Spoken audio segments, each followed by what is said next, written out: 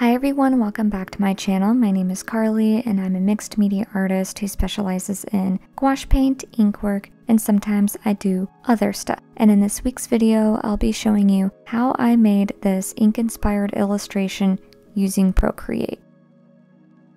The first thing I do when I draw the body in a dynamic pose like this is create a quick geometric shape connecting all the joints together. This makes it easier to establish correct proportions across stretched limbs, whereas focusing too hard on making the outline of one limb at a time can actually distract our focus from placing the arms or legs in the correct area in the first place. Because you're so focused on getting the outlined shape of the arm, for instance, perfectly drawn, you're not focusing on if it's even in proportion to where the other limbs are existing in the drawing. It's like trying to jump right into details without even having a foundation set in the first place. Not only this, but establishing geometric shapes within the body and drawing through the anatomy versus creating contoured lines helps breathe more life and stability into your drawing. Starting with really basic shapes and construction lines can help you draw faster in the long run, creating more fluid, organic, and realistic poses. Whereas if you try to just do the outline and create a contoured line of the body in this pose, it may end up feeling more stoic or even stiff.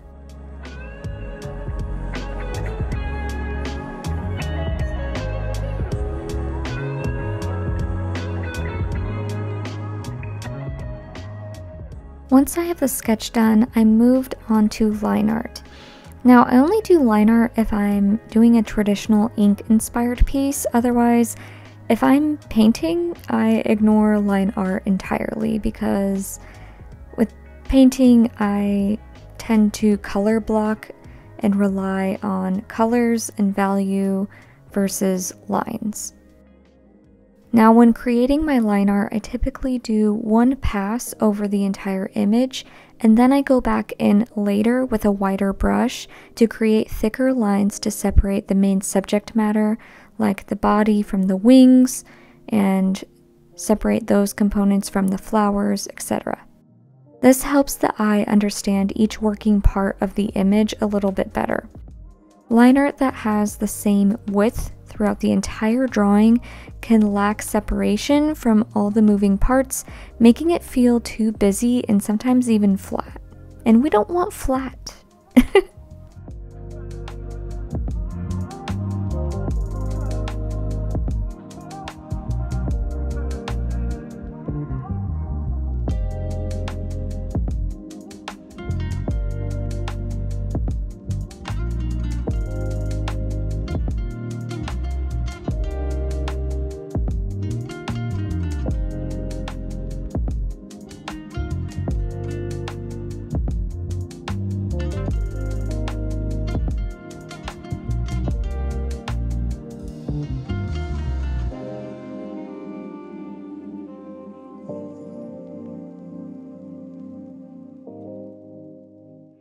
So I found this cool brush for Procreate. I honestly forget where I got it, but it's a cross-hatching brush. It creates rows of lines and it follows the direction you're drawing in. And oh my goodness, it saves a lot of time from manually cross-hatching throughout the entire piece.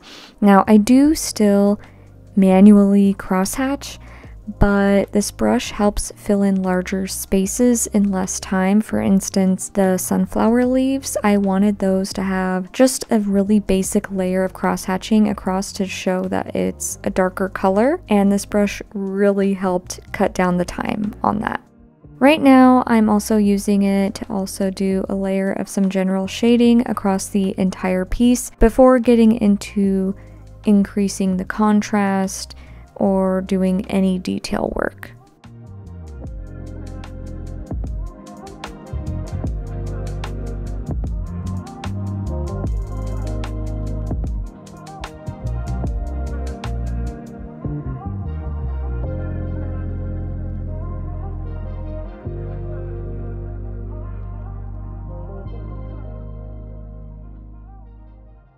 For the fairy's hair, I knew I wanted her to have dark curly hair.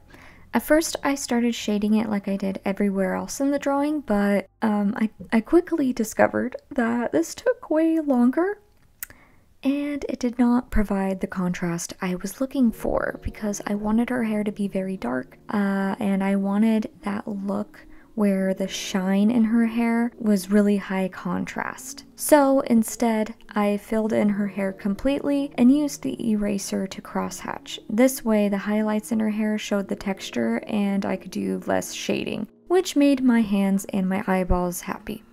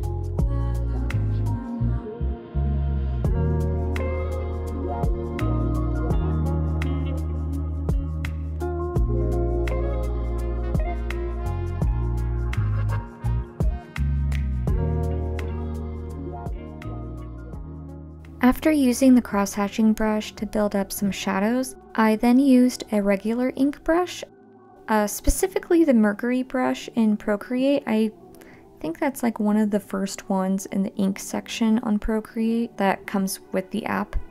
And I manually cross-hatched some lines to emphasize the folds in the fabric. In some other areas where the darkest dark shadows are, I filled in those spaces completely using this brush, and the brush still has some texture to it, so filling in some spaces still has the illusion of traditional media instead of just this digital filled in paint bucket look.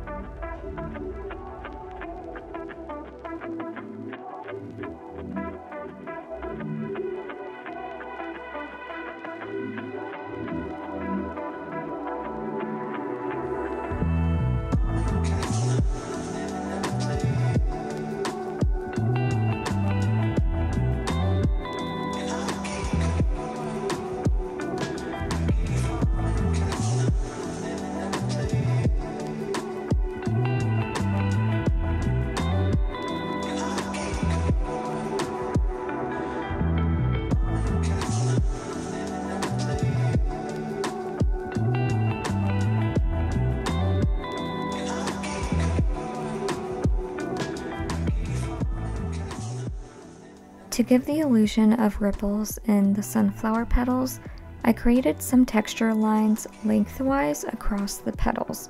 This gives some variety to the even cross-hatched lines that I previously established, but it also describes the growth pattern of the petals. I also manually shaded all of the eyeballs in this piece since irises tend to have irregular patterns in them.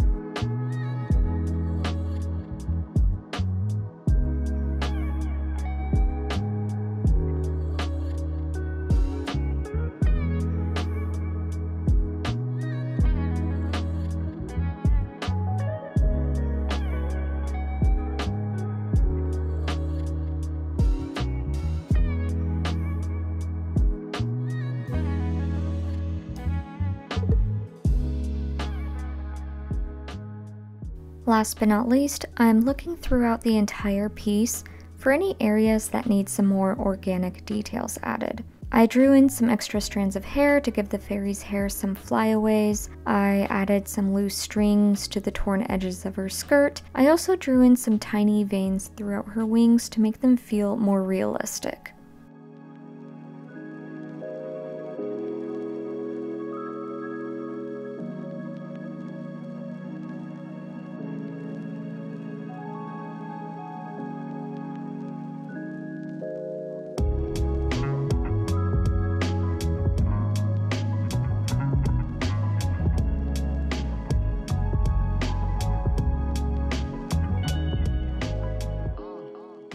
And she is done. Thank you for watching. I hope this video was helpful in some way to anyone out there.